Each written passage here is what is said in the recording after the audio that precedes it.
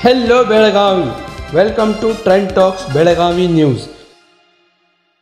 ನಮಗೆಲ್ಲರಿಗೂ ಗೊತ್ತಿರುವ ಹಾಗೆ ಅದೇ ರೀತಿ ಕರ್ನಾಟಕ ಜನತೆಗೆ ಕೂಡ ಅದರ ವಾಸ್ತವಾಂಶ ಕೂಡ ಗೊತ್ತಿದೆ.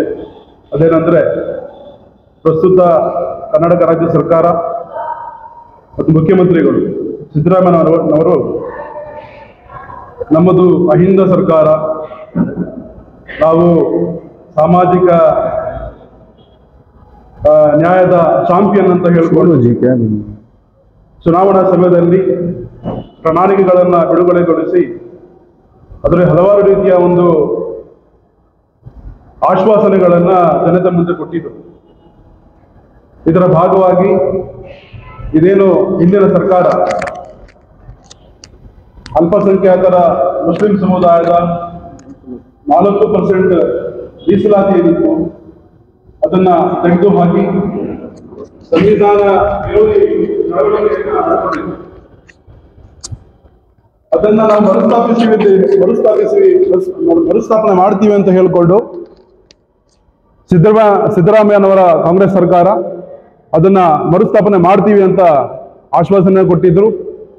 ಆದರೆ ಸರ್ಕಾರ ರಚನೆಯಾಗಿ ಅವರಿಗೆ ಇಡೀ ಮುಸ್ಲಿಂ ಸಮುದಾಯದ 92% ಭಾಗ ಅವರಿಗೆ ಮತವನ್ನು ಕೊಟ್ಟು, ಅದಾದರೂ ಕೂಡ ಇವತ್ತಿನವರೆಗೂ ಅದರ ಒಂದು ಚಕಾರವನ್ನು ಕೂಡ ಮಾನ್ಯ ಸಿದ್ದರಾಮಯ್ಯನವರು ಎತ್ತುತ್ತಾ ಇಲ್ಲ. ಅದ್ರ ಬಗ್ಗೆ ಮಾತಾಡ್ಲಿಕ್ಕೆ ಕೂಡ ಅವರು ಮುಂದೆ ಬರ್ತಾ ಇಲ್ಲ. ಪ್ರಸ್ತುತ ಅಧಿವೇಶನ ನಡೀತಾ ಇದೆ. ಅಧಿವೇಶನದಲ್ಲೂ ಕೂಡ ಇದುವರೆಗೆ ಅದ್ರ ಬಗ್ಗೆ ಚರ್ಚೆ ಆಗಿಲ್ಲ. ಇದೇ ರೀತಿ ದಲಿತರ ಒಳ ಮೀಸಲಾತಿ ಇದುವರೆಗೂ ಕಾರ್ಯಗತ ಆಗಿಲ್ಲ. ಬರೀ ಮಾತಾಡ್ಲಿಕ್ಕೆ ಮಾತ್ರ ಅವರು ಸೀಮಿತ ಆಗಿದ್ದಾರೆ. ಅದೇ ರೀತಿ ವಕ್ಫಿನ ವಿಷಯಗಳಲ್ಲಿ ಇವತ್ತು ಸಂರಕ್ಷಣೆ ಮಾಡಬೇಕಾದ ಸರ್ಕಾರಗಳು ಇವತ್ತು ಹಲವಾರು ರೀತಿಯ ಗೊಂದಲಗಳನ್ನ ಜನರಲ್ಲಿ ಮೂಡಿಸ್ತಾ ಇದ್ದಾರೆ. ಇದೆಲ್ಲವನ್ನ ಮುಂದಿಟ್ಕೊಂಡು Social Democratic Party of India ರಾಜ್ಯ ಸಮಿತಿ ವತಿಯಿಂದ ದಿನಾಂಕ 10 ಡಿಸೆಂಬರ್ 2024 ಉಡುಪಿಯಿಂದ ಪ್ರಾರಂಭವಾಗಿ ಒಂದು ಜಾಥಾ ಮೂಲಕ, ರ್ಯಾಲಿ ಜಾಥಾವನ್ನು ಮಾಡುವ ಮೂಲಕ ಹಲವಾರು ಕಾರ್ಯಕ್ರಮಗಳನ್ನು ಹಮ್ಮಿಕೊಂಡು ರಾಜ್ಯಾದ್ಯಂತ ಪ್ರವಾಸವನ್ನು ಮಾಡಿಕೊಂಡು ಜನರಲ್ಲಿ ಅರಿವನ್ನ ಮೂಡಿಸ್ತಾ 14ನೇ ತಾರೀಕು ಬೆಳಗಾಂಗೆ ಈ ಜಾಥಾ ತಲುಪ್ತಾ ಇದೆ. ಇದರ ಉದ್ದೇಶ ನಮ್ಮ ಬೇಡಿಕೆಗಳು ಸರ್ಕಾರ ಮುಂದಿಡಬೇಕು. ಮುಖ್ಯವಾದ ವಿಷಯ ಏನಂತ ಹೇಳಿದ್ರೆ, ಇದಕ್ಕಿಂತ ಹಿಂದೆ 2023 ಇದೇ ಡಿಸೆಂಬರ್ ಬೆಳಗಾವಿಯ ಅಧಿವೇಶನ, ಚಳಿಗಾಲದ ಅಧಿವೇಶನದಲ್ಲಿ ನಾವು ಇದೇ ರೀತಿಯ ಜಾಥಾವನ್ನು ಹಮ್ಮಿಕೊಂಡು ಹಲವಾರು ಜನ ಬೆಂಬಲವನ್ನು ಪಡ್ಕೊಂಡು ಸಾವಿರಾರು ಜನ ಅಲ್ಲಿ ಸಭೆ ಸೇರಿದ್ರು.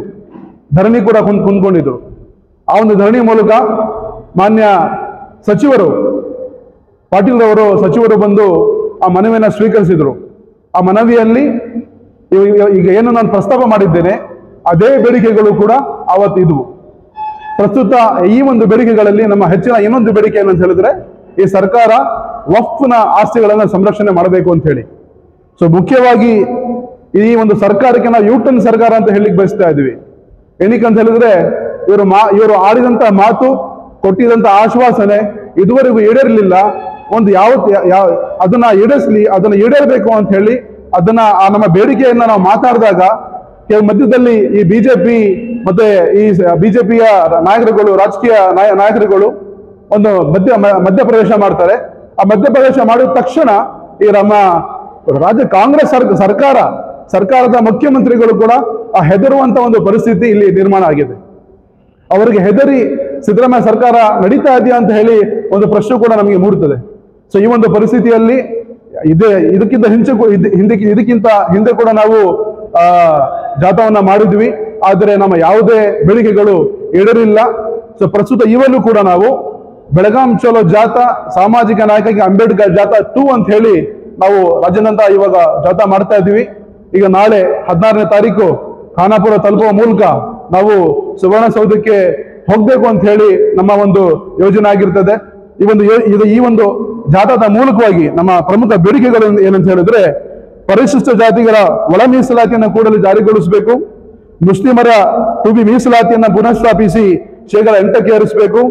ಕಾಂತರಾಜ್ ಆಯೋಗದ ವರದಿಯನ್ನ, ಅದೇನು ಸಾಮಾಜಿಕ ಮತ್ತು ಶೈಕ್ಷಣಿಕ ಸರ್ವೆ ಆಗಿರ್ತದೆ ಅದು, ಆದ್ರೆ ಇವತ್ತು ಅದನ್ನ ತಪ್ಪಾಗಿ ಬಿಜೆಪಿ ನಾಯಕರು ಅದನ್ನ ಬಿಂಬಿಸ್ತಾ ಇದ್ದಾರೆ.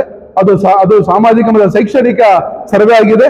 ಸೊ ಅದನ್ನ ಸಾರ್ವಜನಿಕಗೊಳಿಸಿ ಜಾರಿಗೊಳಿಸಬೇಕು. ವಕ್ಫ್ ಆಸ್ತಿಗಳ ರಕ್ಷಣೆ, ಒಕ್ಕೂಟ ಬಿಜೆಪಿ ಸರ್ಕಾರ ಸಂವಿಧಾನ ವಿರೋಧಿಯಾಗಿ ಜಾರಿಗೆ ತರಲು ಹೊರಟಿರುವ ವಕ್ಫ್ ತಿದ್ದುಪಡಿ ಮಸೂದೆಯನ್ನ ಜಾರಿಗೊಳಿಸಬಾರದೆನ್ನುವ ನಿರ್ಣಯವನ್ನ ಸದನದಲ್ಲಿ ತೆಗೆದುಕೊಳ್ಳಬೇಕು. ಪರಿಶಿಷ್ಟ ಜಾತಿ ಮತ್ತು ಪರಿಶಿಷ್ಟ ಪಂಗಡಗಳ ಅಭಿವೃದ್ಧಿಗೆ ಮೀಸಲಿರುವ SCPTSP ಹಣವನ್ನ ಬೇರೆ ಯಾವುದೇ ಯೋಜನೆಗಳಿಗೆ ಬಳಸಬಾರದು. 2025-26ನೇ ಇಸವಿಯ ಸಾಲಿನ ಬಜೆಟ್ನಲ್ಲಿ ಅಲ್ಪಸಂಖ್ಯಾತರ ಕಲ್ಯಾಣಕ್ಕೆ ತಾವೇನು 10,000 ಕೋಟಿ ಬಜೆಟ್ ಅನ್ನ ನೀವು ಮೀಸಲಿಡ್ತೀವಿ ಅಂತ ಹೇಳಿದ್ರಿ, ಅದು ಕೂಡ ಮಾತಿಗೆ ತಪ್ಪಿದ್ದೀರಿ. ಈ ಬಜೆಟ್ನಲ್ಲಿ ನೀವು ಅದನ್ನ ಮೀಸಲಿಡಬೇಕು. ಸೊ ಇಂಥ ಮುಖ್ಯವಾದ ನಾವು ಬೇಡಿಕೆಗಳನ್ನ ಸರ್ಕಾರದ ಮುಂದೆ ಇಡ್ತಾ ಇದ್ದೀವಿ. ಸೊ ಇದನ್ನ ಹೆಚ್ಚಿನ ಮಾಹಿತಿ ನಮ್ಮ ರಾಜ್ಯ ಪ್ರಧಾನ ಕಾರ್ಯದರ್ಶಿ ರೋಹಿತ್ ಪಾಷಾ ಅವರು ನೀಡ್ತಾರೆ. ಇವತ್ತು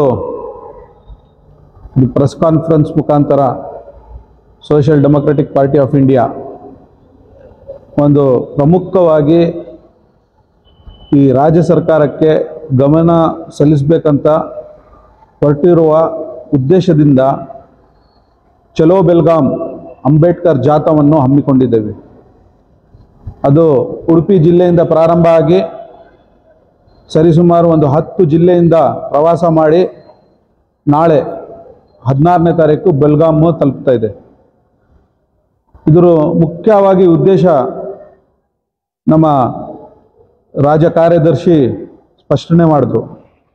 ಅದರಲ್ಲಿ ಪ್ರಮುಖವಾಗಿ ಹೇಳಬೇಕಂದ್ರೆ, ಈ ರಾಜ್ಯ ಸರ್ಕಾರ ಕಾಂತರಾಜ್ ಆಯೋಗದ ಏನು ಶಿಫಾರಸುಗಳು, ಶೈಕ್ಷಣಿಕ ಮತ್ತು ಆರ್ಥಿಕ ಪರಿಸ್ಥಿತಿ ಬಗ್ಗೆ ಏನು ಒಂದು ಸರ್ವೆ ಮಾಡಿಸಿದ್ರು ಕಳೆದ ಸರ್ಕಾರ, ಸಿದ್ದರಾಮಯ್ಯ ಸರ್ಕಾರ, ಸರಿಸುಮಾರು 170 ಕೋಟಿ ಖರ್ಚು ಮಾಡಿ ಆ ವರದಿಯನ್ನು ತಯಾರು ಮಾಡಿಸಿದ್ದು. ಇವ್ರದೇ ಆದಂಥ ನಾಯಕರು ಪಾರ್ಲಿಮೆಂಟ್ ಸೆಷನ್ನಲ್ಲಿ ರಾಹುಲ್ ಗಾಂಧಿ ಅವರು ಸೋಷಿಯಲ್ ಆ್ಯಂಡ್ ಎಕನಾಮಿಕ್ ಸರ್ವೆ ಮಾಡಬೇಕಂತ ಒತ್ತಡ ಮಾಡ್ತಾ ಇದ್ದಾರೆ, ಇಡೀ ದೇಶದಲ್ಲಿ ಮಾಡ್ತಾ ಇದ್ದಾರೆ. ಆದರೂ ಇವ್ರದೇ ಸರ್ಕಾರ ರಾಜ್ಯದಲ್ಲಿ ಇದ್ರೂ ಇವರು ಅದು ಜಾರಿಗೊಳಿಸ್ತಾ ಇಲ್ಲ.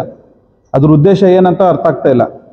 ಅಂದರೆ ಇವ್ರು ಹೇಳೋದು ಮಾತು ಒಂದು, ಇವ್ರು ನಡ್ಕೊಡೋದು ರೀತಿನೇ ಬೇರೆದು. ಅಂದರೆ ಯೂಟರ್ನು ನಾವೇನು ಹೆಸರು ಇಟ್ಟಿದ್ದೀವಿ ಯೂಟರ್ನ್ ಸರ್ಕಾರ ಅಂತ.